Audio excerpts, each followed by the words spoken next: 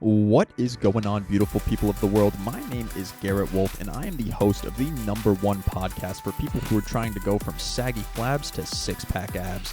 I've built my body over the last 8 years, and in the last 3 years, I've helped hundreds of online clients shred unwanted fat and embody the best version of themselves. Now, let's jump right into today's show. What is going on, everybody, and welcome back to the Alpha Movement Podcast. This is the #1 show for people who are trying to go from saggy flabs to six-pack abs, all without giving up the most enjoyable aspects of their life. In today's episode, I want to talk to you guys about how persistence creates the productivity. All right, so if at any point during this episode you enjoy what I have to say or you take some value from this podcast, then please screenshot my face.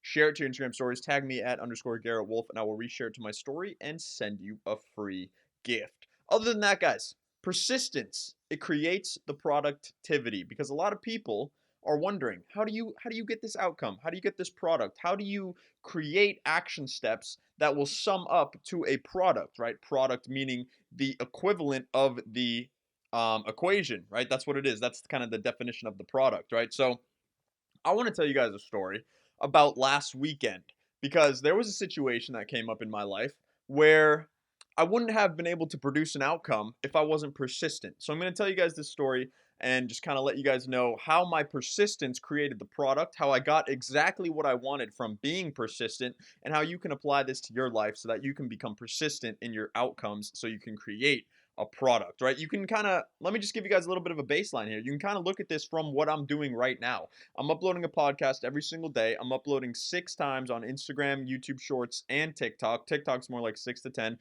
Every single day, I'm doing certain action steps that I know have to equate to me stepping on stage in 3.5 weeks. So you can see right there from my action steps in my life that my persistence creates the product. It's not one thing that I'm doing. It's one thing over and over and over again that I'm doing every single day to create a product, to create an outcome. And right, Alex Hormozi, Gary Vee, Ryan Pineda, they all talk about this. They talk about how successful people don't do more than the average person. They just do the little things every time. In other words, they never miss the little things. It's not that they're doing more things than you, it's that they never miss the little things. Or it's not that they're doing bigger things, because obviously they're doing more than you if you're not doing the little things. But it's not that they're doing bigger things or crazier things that you don't understand, but it's just that they never miss the little action steps, right? So you guys can take this to your life and be like, where am I trying to get quick results? Where am I trying to get a quick outcome and I'm not doing something every single day, a small action step every day to move closer to this outcome or to this product? So just ask yourself that question and nod along if you agree with, maybe you're trying to get an outcome and you're failing to do the little persistent action steps. For example, on a weight loss journey, it's incredibly easy, right? You just have to be in a caloric deficit for an extended period of time. Now, there's a lot of roadblocks that people run into where they're like, oh, I'm not losing weight, right? The scale's not moving. Maybe I need to eat more. Maybe I need to eat less. Then they start doing that. They start running into more problems. They start kind of crafting their mindset around this isn't working, when in reality it is working, because it's simple. All you have to do is be in a calorie deficit. If you do the math on your statistics, if you know what your base metabolism is, you can figure out what it takes to be in a calorie deficit, and you will lose weight if you stick to that calorie deficit. It's mad simple. That's the whole point of a coach. That's the point of me coming in being like, yo, dude, don't overthink this. Don't overthink your action steps. Just stick to the plan, because the plan was written with you as the avatar in mind. That's the whole job of a personal trainer or a coach, is to figure out your statistics and make sure that you don't overthink it so that you can produce the action steps every single day to reach the outcome or the product. All right, so let me tell you guys a little bit of a story. So last week, me and my friend, we went out on a Friday night, because it was a Friday night. He had just gotten off work because his job is kind of over now. It's a summer bar thing, and summer's coming to an end. So he got out of his job and he was like, "Yo, dude, we gotta go out." We tried getting a couple other friends. Our usual group is like 4 or 5 people. Nobody else wanted to come out with us, and I almost scrapped the whole thing. But he was like, "Brother, I just got a bottle of 750 Don Julio, and you need to come down right now." And I was like, you know what? Fuck it. All right, we'll run a little duo mission. So I came down to his house. We ran a little duo mission, took some shots, whatever. Then we went out to the club, right? We went out to a club that we go to all the time, right? It's called Smokehouse Bar and Club, something like that. Smokehouse is the name of it. So we go there. The night's kind of dead, whatever, whatever. I'm gonna try to tell this story like as step by step and see through as possible, so that you guys can fully understand the experience. It was kind of dead, whatever, whatever. Wasn't many people there, wasn't many girls. That's the main strategy, right? We're looking for some cuties, big booty cuties. Couldn't find them, so we left. We went to another bar, or we went to another bar slash club thing. I don't even know what you would call it, but it's called Vibe. We went there, right? It was not a vibe. Same thing as the smokehouse. There was no one there. Whatever, whatever. We were gonna take another shot there, but we just didn't want to because we just didn't want to sit in line when there was really like nobody there, no girls, no guys, whatever. So we just left again. Now you can get back into smokehouse for free if you get in there before 12 o'clock, right? So it was about 11:30 at this point. We're now on the streets, walking around, kind of a little bit tipsy, whatever, and we just go back to smokehouse so we can get in for free before it turns 12 o'clock, before you have to pay the entry fee, which mind you is only $5. But we wanted to get in for free a second time, and so that's what we did. We went back, right? So at this point, we're, I don't know, 4 or 5 drinks in. So we're a little bit tipsy, whatever. We're just walking around, roaming the street. And then we go up back into Smokehouse, this time for the second time. And it's now a little bit more lit. There's a lot of people there. We were like, how the hell did it fill up this fast? This is crazy. And obviously thinking about it now, it's because everybody wants to get there before 12 so they can get in for free. So it was like 11:30, 11:45 when we came back the second time, and there was a whole bunch of people in there now. So we're like, great, this is the vibe. Let's go get a couple tequila sunrises and we'll drink it up, right? Mind you, tequila sunrises, if you're looking for a drink, a mixed drink to drink, it will never do you wrong. Anything with tequila, anything with some Don Julio will never do you wrong when you're going out. That's my kind of drink of choice at this point, in case you were wondering. But anyway, we got a couple tequila sunrises, drank through them like crazy. We got another one, drank through it like crazy. Got a third one, drank through it like absolutely crazy. Mind you, I know I'm 3 weeks out from a show.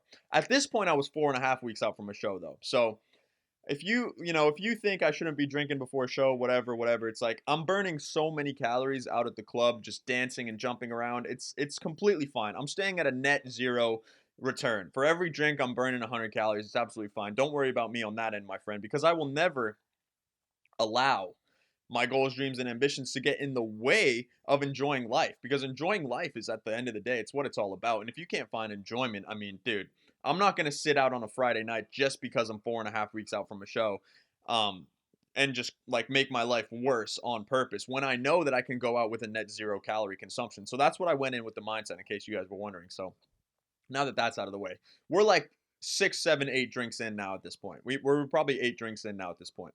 And we've been to this club many a times before. And I noticed that there is kind of an upper stage area. It's like you step up a few steps, you go up this one cube, on this other cube, and then you're on the stage, right? So I see this stage, and I look at my friend, his name's Cam, and I'm like, Cam, we're getting on that fucking stage tonight. And this is where the persistence comes into play, guys. I was like, Cam, we're getting on that fucking stage tonight. So we go up to the bouncer guy, because there's a guy guarding the entrance of the stage. And I'm like, yo, I'm trying to get on stage. He's like, I'm trying to tell this story as transparently as I remember it. So the first time we went up to him, he's like, we're not letting anybody up here until, I forget the time, like 12:30, maybe 1 a.m. But there were people up there. So I was like, that's kind of weird. It's hard to hear him, mind you, because the music is blasting. He has to get all up close to your ear. It's hella awkward. I had to tell him to repeat it 2 or 3 times. And he's like, we're not letting people up on the stage for like another half hour or whatever. I was like, okay. So we wait a half hour, right? We go, we dance, we party a little bit. We go to the bathroom, we come back, whatever. We probably get another tequila sunrise. I think at this point we got some Coronas, needed a little something else to sip on. So we got some Coronas, whatever. We're just chilling now. Then we waited that 30 minutes. Right now it's probably about 1 in the morning. And I go up to the bouncer guy again. I'm like, Cam, we're getting on that fucking stage. Remember, we're getting on that fucking stage. We go up to him. We're like, yo, bouncer dude, we're trying to get on that stage. He looks at me and he's like, all right, dude, if you want to get on the stage, you guys got to bring 2 girls. You got to bring a girl with you each. And we had come alone this time, mind you. So we were like, fuck. All right, we're going to go find some girls. So we walk around. We found some girls. We probably asked about 3 or 4 crowds. And then on the 4th crowd, right, so this is where the persistence comes in. We go ask a couple groups of girls. They're like, no, we don't want to dance, whatever. We go ask another group of girls. We're like, yo, you guys want to hit the stage with us? Like, we need some girls to get in. You guys seem like you're alone. We're alone. You guys trying to go dance on the dance floor? No, whatever. We go to the 3rd group. Same thing. You guys trying to dance? Like, you guys want to go up there? We need some girls. The bouncer won't let us in without girls. Full transparency, full honesty. And they're like, no, like, we're not trying to dance, whatever. We're just trying to chill. The 4th group of girls we go up to, I went up to him and I was like, yo, guys, the bouncer says we need 2 groups of girls, 2 different girls to go up there, 1 for each of us, or else he's not going to let us in. Are you guys trying to hit the dance floor? And they were like, yes, we are indeed. So I was like, word. come with us. We're going to go hit the fucking dance floor, and it's going to be mission accomplished for tonight, Cam. We're going to bust it down on the dance floor, and then we're going to leave here happy, proud, and accomplished, right? So we take this group of girls. We go up to the bouncer. We're like, yo, dude. I was the one talking to him. It wasn't Cam. So I went up to him, and I was like, yo, dude, we got the groups of girls. We're ready to hit the fucking dance floor. We're ready to hit the stage. He's like, man, sorry, guys. Like, there's way too many guys up here. I can let your girls in, but I can't let you guys in here right now. I was like, bro, this guy is fucking chewing our bone here. He's not letting us on stage. So the girls went up past us again. They ditched us to go on the dance floor. Surprise, surprise. But they left us. They went up on the dance floor. They started dancing. And we were left there chilling like shitheads. So we were like, fuck. And then at this point, this was our third attempt at getting on that stage. So at this point, we're dancing with our Coronas right next to the stage. And Cam is all defeated. He's like, man, maybe we should just shoot this drink down and just fucking just get out of here, man. Let's just go back home. We can walk back home, find our way back, and just kind of take the defeat for what it is, you know? And I was like, I looked at him dead in the eyes and I said, Cam, we are not leaving this club until we get on that fucking dance floor. And he was like, at first he was like, no, dude, let's just go. Like, we already asked fucking 3 times. We're not getting on that dance floor. I looked at him. I said, Cam, we are not leaving this club until we get on that fucking dance floor. It took me 2 or 3 tries, and he was like, all right, we're getting on that fucking dance floor. So I was like, all right, Cam, for your persistence, we'll go take a shot of tequila right now, and then we're going to find a way to get on that fucking dance floor. So we finished our Ronas. We go to get another shot of tequila. At this point, it's like our 9th, 10th drink, right? So we're pretty hammered. I'm not going to lie. We're hammered. And I'm like, we're getting on that fucking dance floor if it's the last thing I do, right? A little bit belligerent, a little bit hammered. I'm 22 years old. What can you do? I like to have fun sometimes. I'm sure you guys get hammered all the time too, no? Or at least sometimes. Not all the time. This is like a once in a month, maybe twice in a month activity that we do. But anyway, we go take a shot of tequila, lick the salt off our palms. We're fucking excited. We're amped up, and we are ready to get on that dance floor. So we thought about a couple ideas. We're like, you know, maybe we just need more girls. Maybe if we bring 4 up there, we'll be able to get in. Whatever. We're thinking about a bunch of ideas. We go up to the dance floor without girls, just me and him. And we're standing next to him trying to find a way to get in. We were going to try to kind of sneak in, right? Because we're belligerent. We're a little bit hammered. We were going to try to sneak in. I was like, when he moves up, I'm going to slip past him, right? And so we were just kind of chilling there, dancing right next to the dance floor, right next to the bouncer. He urged up a little bit. He kind of moved up a little bit. And I was going to slip right past him. I was like this. I was right behind him. But it was a little risky. We didn't want to get thrown out. And I was like, fuck, man. I was like, shit. Let me talk to this guy one more time. Let me talk to this bouncer guy one more time face to face. So I tapped on his shoulder. He turned around. And now, mind you, the club is closing now. It's about 1:30 a.m. The club closes at 2. We had 30 minutes to get up on this stage, to get up on this dance floor, to have a mission accomplished and to have a well-accomplished night out with the boys. So I tapped on this guy's shoulder. I was like, we're getting on the stage one way or another. Either I didn't tell him this, but this was the mindset. It's like, I'm going to ask him one more time, and if he's not, we're fucking running past him, getting on stage. They'll throw us out, whatever. At least it's mission accomplished, right?